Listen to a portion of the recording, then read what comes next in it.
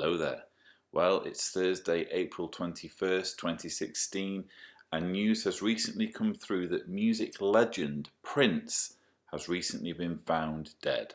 As of this moment, the cause of death hasn't been confirmed. There have been some rumours, but most likely you will have the full story by the time you're watching this video. Regardless of what killed Prince, the point is that the world has lost a remarkably talented individual.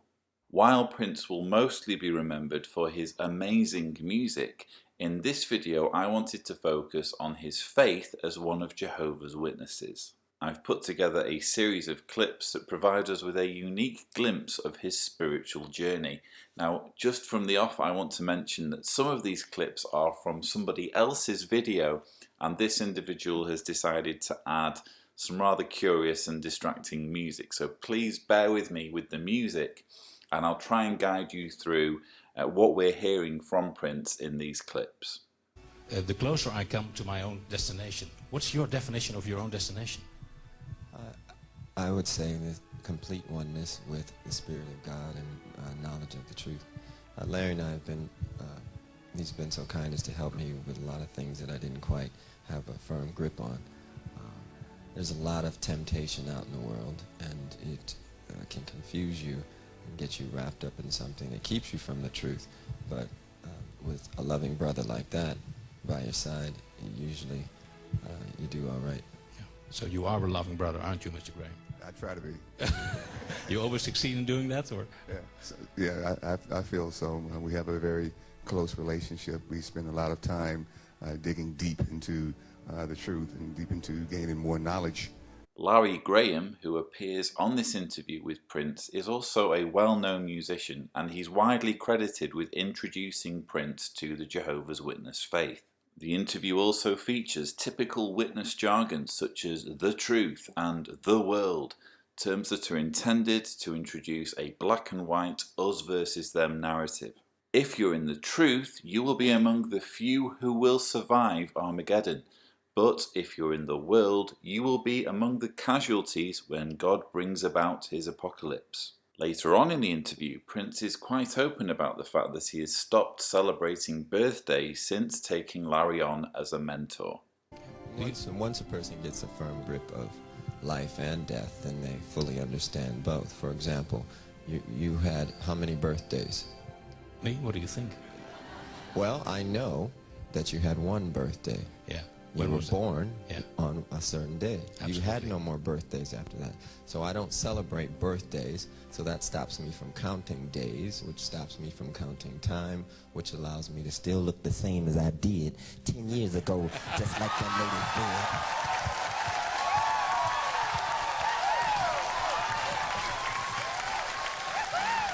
If you're wondering why Jehovah's Witnesses don't celebrate birthdays, it's rather complicated, and it basically has to do with an avoidance of self-veneration. But they also try and point to verses in the Bible in which during birthday celebrations somebody ended up getting decapitated in some way, and they say that therefore the Bible speaks unfavourably of birthdays, and for that reason we shouldn't celebrate them. Not quite the laughing matter it's made out to be in this video, especially when, like me, you're raised a witness and deprived of the simple pleasure of receiving gifts on your birthday. In the next interview footage, Prince describes the transformation he underwent after joining the Witnesses. Are you the same man? I don't think so. I'm constantly involved in trying to work on my whole being to better myself and the world around me. You're also a Jehovah's Witness now. Yes. How has that changed your life? Oh, immensely. I started studying the Bible once I changed my name back, and started studying with my good friend Larry Graham. I used to play with Sly and the Family Stone, and he helped me to just look at the Bible in a very practical way and cut through all the dogma and the thing that has kind of separated religion in the first place. I just wanted a clean, simple approach to it. And it helps you with your music as well.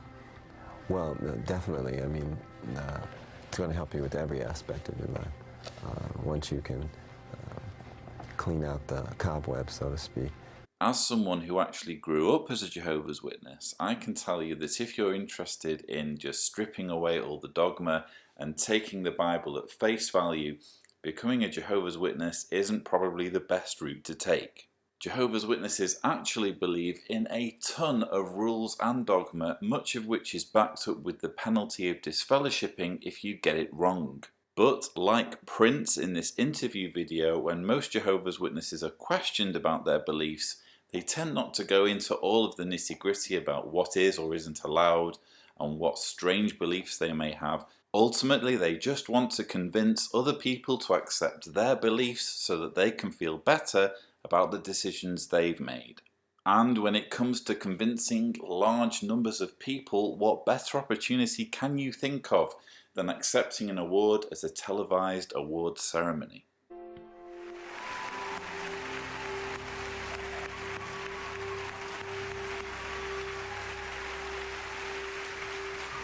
Indeed an honor. Thank you so much.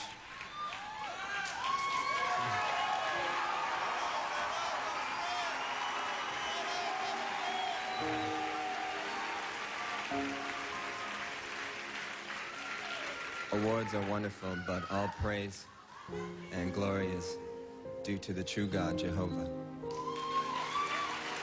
I want to thank Dr. Cornell. Yes, Jehovah's Witnesses are conditioned to believe that ultimately Jehovah is the object of their worship. But in reality, it's the leaders of the organisation, the governing body based in New York, that holds all the power. If by any chance you're a Jehovah's Witness watching this and you think I'm misrepresenting things, by all means conduct a little experiment.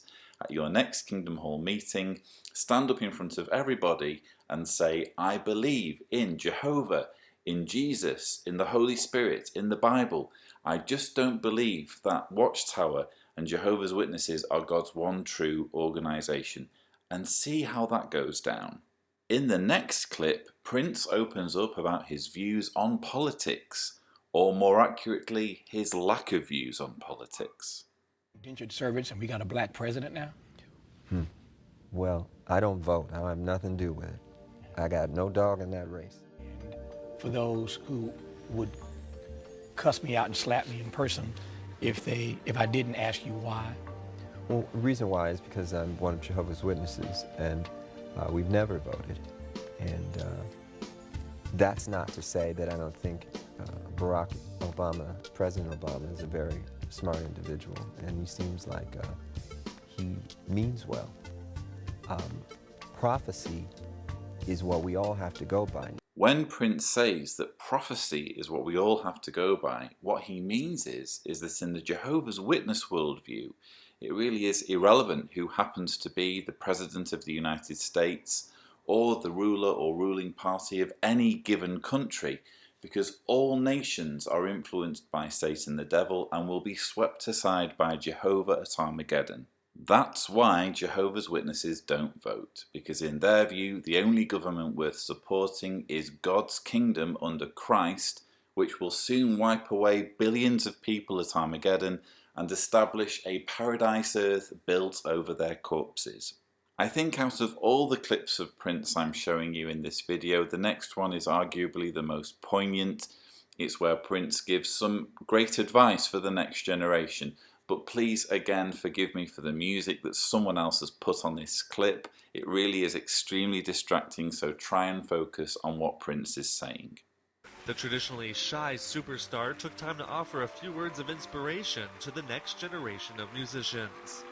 I was pretty wild in my younger days, and you don't have to do what I did. You don't have to make any of the mistakes I made. The future's in your hands now. The world is really yours.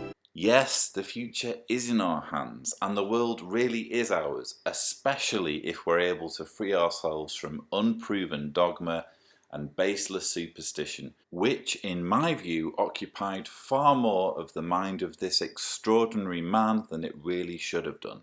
One of the great paradoxes that Prince leaves us with is that even though he will be remembered as a Jehovah's Witness, most Jehovah's Witnesses will probably struggle to identify their religion with the way he lived his life in his final years. After all, Prince never stopped being a rock and roll star, and for most witnesses, any kind of career in the world, especially one that attracts any kind of veneration, is seriously frowned on. Prince never renounced his career or his music, quite rightly in my opinion, and he even made one controversial appearance in the TV sitcom The New Girl, which features some rather racy storylines. Hi. I'm Prince. So what seems to be the problem? How rude of me. I haven't given you enough time to freak out yet. You may do so now. Oh my God! Just as a side point, you should check out a hilarious video in which filmmaker Kevin Smith describes his encounter with Prince when he was invited to go and make a film about Prince's latest album. The video's too long for me to share all of it with you, but here's a funny part where Kevin describes when he first learned that Prince was a Jehovah's Witness. So people start getting up in arms. You know, some people are like, I think it's his best work to date. I think it's like all the promise he showed on Love Sexy, and you know, it's just the next level for Prince. Like, I love all the 3-minute, 4-minute pop hits, but this is where he's going. This is tremendous. And then I've got other people on the side going, look, we all know Prince is a Jehovah's Witness. And I'm sitting there going, Prince is a Jehovah's Witness? Since when? Now? Because he didn't try to sell me a watchtower once.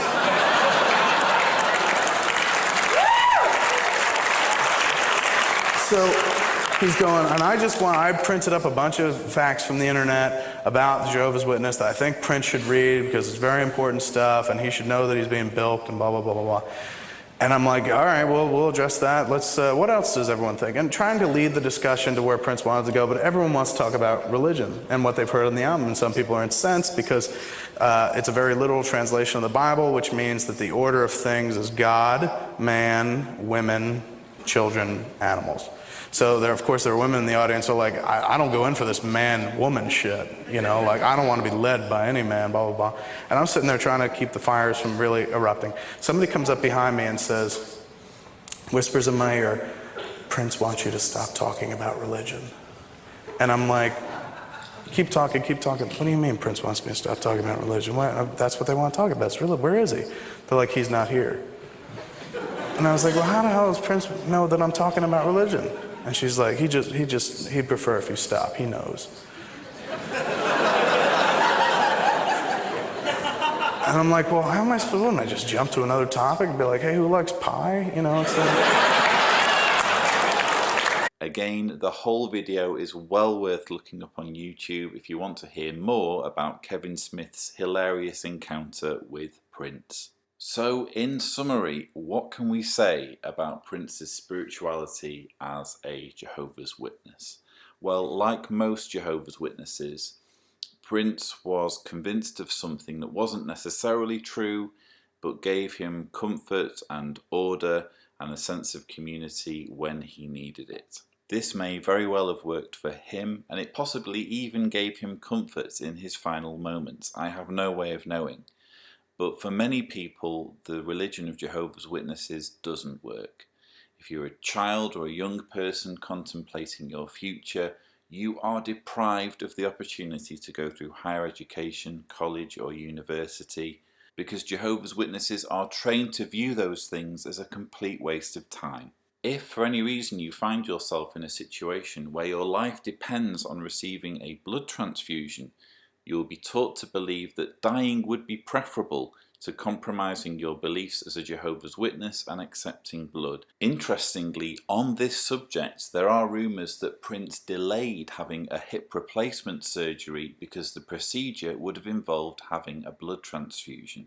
I can't say whether those stories are true or not, but either way, the point is that being a Jehovah's Witness can even be deadly if you find yourself in the wrong kind of medical situation. And fortunately, Prince never had to go through the trauma of being disfellowshipped and shunned by his loved ones. Countless former witnesses whose families have been ripped apart by Watchtower's shunning laws can't say they were so fortunate. And of course, there is the false promise that gets passed on to generation after generation of Jehovah's Witnesses that Armageddon is going to come any moment now and the earth will be transformed into a beautiful paradise where we will all live forever. Sadly, Prince never did get his eternity in paradise, but we can draw comfort from knowing that in a way he is living forever because his music lives on and will be enjoyed for generations to come. I'm Lloyd Evans and you've been watching my John Cedars channel. Please subscribe for more videos and thank you for watching.